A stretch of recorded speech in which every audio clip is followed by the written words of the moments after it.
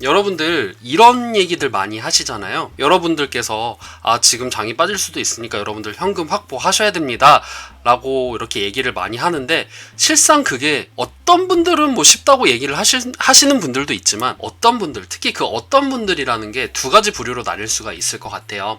첫 번째로는 나는 진짜 좋은 종목 잡았고 나는 그냥 옛날 저점부터 잡았기 때문에 난 그냥 쭉 들고 갈른다 하시는 분들이 있을 거고, 아니면은 지금 수익권이냐 손실권이냐 지금 왔다 갔다 하는 상태에서 이거 조금만 먹으면은 내가 수익을 볼 수 있을 것 같은데 지금 하기엔 아깝고 조금만 오르면 될 것 같은데 라고 생각을 했는데 그게 안 되는 분들이 많죠. 그래서 현금 확보를 하시기가 굉장히 어려운 분들이 많을 거라고 생각을 해요. 실질적으로 제 주변에서도 나는 사람인데, 난 기계가 아닌데 내 이제 주식 계좌에 돈을 다 몰빵하는 거는 고양이한테 생선을 맡기는 꼴이 된다, 그런 생각을 하기 때문에 어떻게 하면은 현명하게 우유부단한 나조차도 현금 확보를 할 수가 있을까? TV 전문가들, 그리고 내 주변에 주식을 진짜 잘하시는 분들, 아니면은 뭐 경제학자들이 지금 뭐 금리가 올라갈 거고 달러가 인상될, 채권이 올라갈 거고 지금 장 떨어질 거예요 여러분들, 뜨거운 마음이 아니라 기계처럼 현금을 확보하셔야 됩니다. 우리들은 어때요? 물론 이런 분들도 있겠죠. 웃기고 있네, 네가 뭔데 지금 장 한참 잘 올라가고 있는데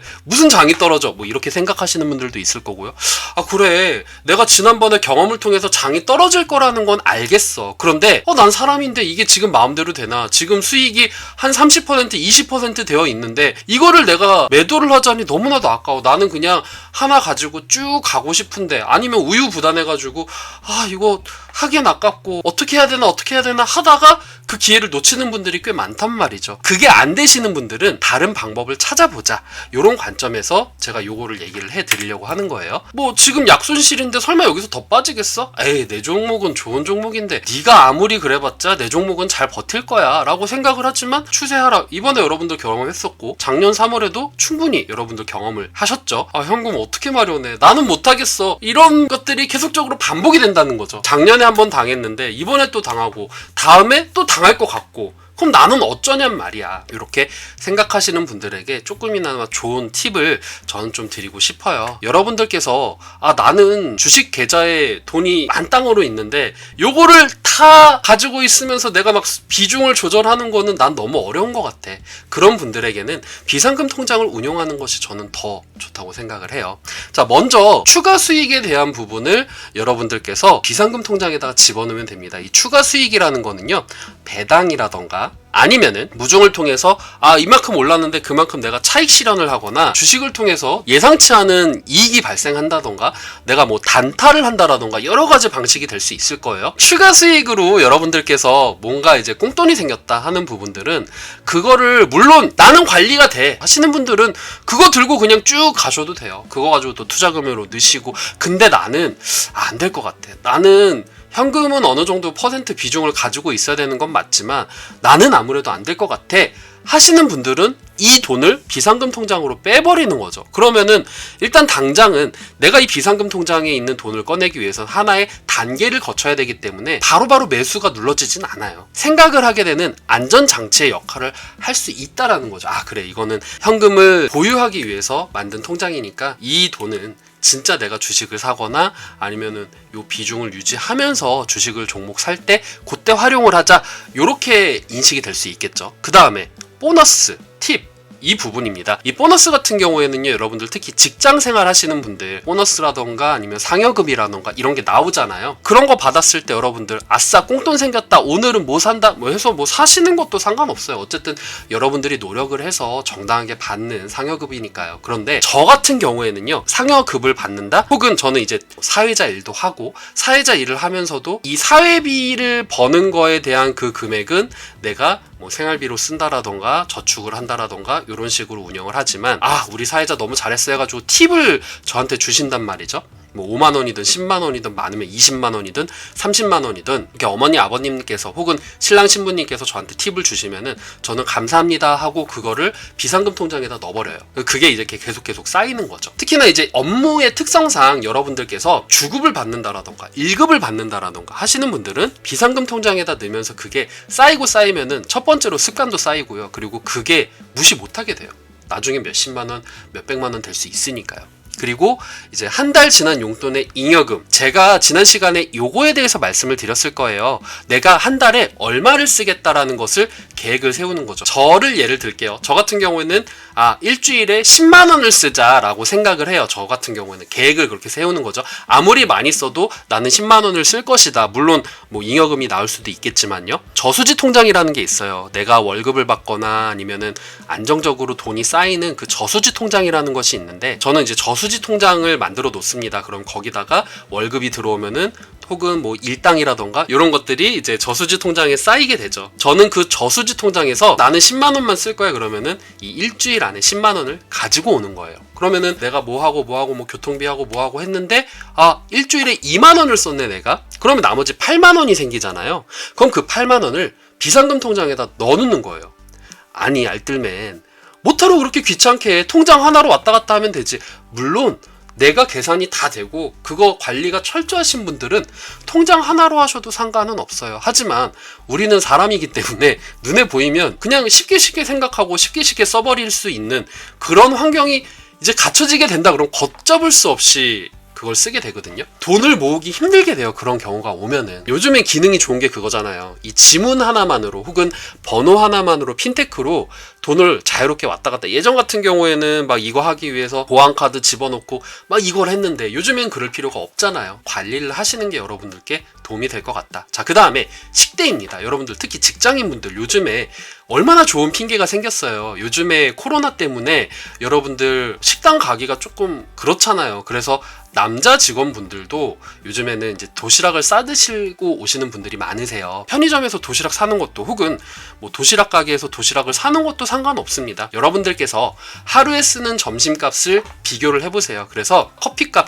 합쳐서 나는 10,000원 정도 쓴다 하시는 분들은 내가 식대를 아꼈네? 그럼 그 10,000원 꽁돈 생겼다. 아싸, 딴 거 사야지. 막 이렇게 하시지 마시고요.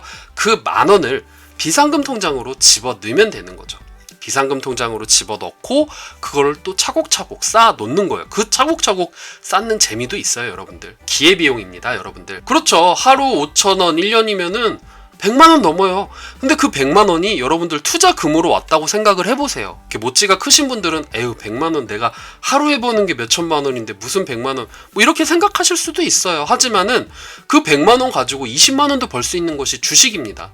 그렇기 때문에 이 100만 원 큰 돈이니까요. 그렇게 습관 기르면 좋을 것 같고요. 그 다음에 기회비용입니다. 여러분들께서 특히나 이제 주부님들, 여성분들 쿠폰 같은 거 많이 쓰시죠? 저 같은 경우에도 쿠폰 저 인터넷에서 가격 비교 엄청 하고요. 쿠폰 있으면 쿠폰을 다 넣어가지고 제가 할인 다 받아서 해요. 카드로 하시면은 10만 원이고요. 현금으로 하시면 8만 원이에요. 이런 식으로 말을 할 수가 있잖아요. 그래서 여러분들 실질적으로 뭐 계좌이체라던가 이런 식으로 계산 많이 하시죠. 10만 원짜리를 8만 원에 구매를 했었을 때 여러분들께서는 이 2만 원 아싸 꽁돈 생겼다 하고 그걸 써야 될까요? 아니요. 그 2만 원을 또 비상금 통장에다가 넣는 거예요. 이것이 하나 쌓이다 보면은 여러분들께서는 어떤 분들에게는 꽁돈, 보너스 같은 개념의 돈이 생기는 거고요. 어떤 분들에게는 우와 내 투자금에 뭐 50%가 생겼어요 라고 얘기가 나오시는 분들도 있는 거예요. 특히 이제 모찌가 작으신 분일수록 이거를 철저하게 하셔야 됩니다. 물론 모찌가 크시고 나는 버는 돈이 많아서 상관없어요 하시는 분들은 굳이 뭐 이렇게까지 할 필요는 없는데, 여러분들 모찌가 작거나 아니면 사회 초년생이라던가 요즘에는 특히나 학생분들 같은 경우에는 더욱더 이런 식으로 관리를 하셔야 됩니다. 여러분들께서 주 수입은 뭐예요? 학생분들 같은 경우에는 아르바이트가 될 수도 있겠고요. 아니면 부모님의 용돈이 될 수도 있는 거예요. 그렇게 용돈 받아서 쓴다 하면은 그 용돈도 아껴서 이런 식으로 관리가 가능하다라는 겁니다. 이런 식으로 하시면 여러분들 성공 투자 하실 수 있을 거라 생각이 돼요. 주가가 이렇게 막 올라갔어.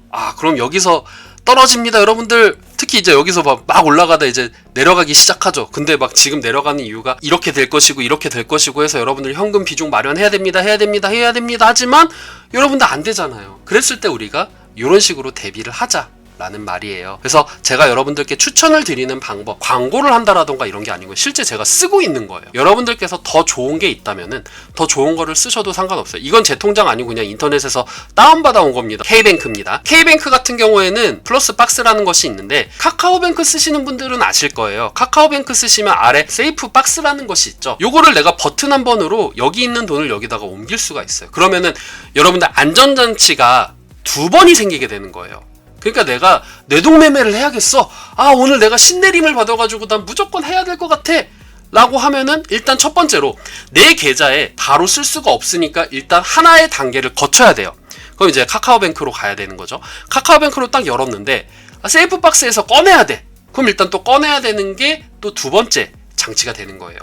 두 번째 장치로 이제 꺼내려고 하고 이제 지문을 딱 누르려고 하니까 생각해보니까 이거는 내가 현금 비중 30% 마련하기 위해서 이렇게 모아놓은 건데 이걸 지금 내가 사는 것이 내가 분석을 했는데 지금은 아닌 것 같은데 이거 내가 뇌동매매하는 거 아닌가? 한 번쯤 장치로서 막아주는 역할을 하게 해줘요. 정 내가 사야겠다 하면은 거기서 빼서 하겠지만 그래도 이제 생각을 할 수 있는 단계를 넣어주기 때문에 여러분들께 좀 유용할 것 같다. 그래서 2차 잠금 장치 그리고 이 세이프박스라던가 플러스박스 같은 경우에는요. 세이프박스는 1년에 0.5%의 이자를 줘요. 그리고 플러스박스 같은 경우에는 연에 0.7%의 이자를 줍니다. 그러니까 CMA 같은 거라고 생각을 하시면 돼요. 그러니까 이걸 가지고 내가 큰 돈을 마련해야겠다라기보다는 꼬박꼬박 조금씩 이렇게 수익도 쌓이는 재미가 있으니까요.